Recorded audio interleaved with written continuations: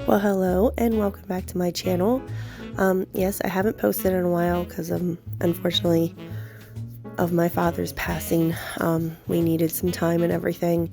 So I wanted to get this video out for Mother's Day. This was something I'd planned, and my dad always supported me, so I know he would want me to do this. So today I have some Hydrangea Bouquet cookies with cookie baskets. These are perfect for Mother's Day, obviously, and any flower lover or for springtime cookies. They're super cute and I think really pretty.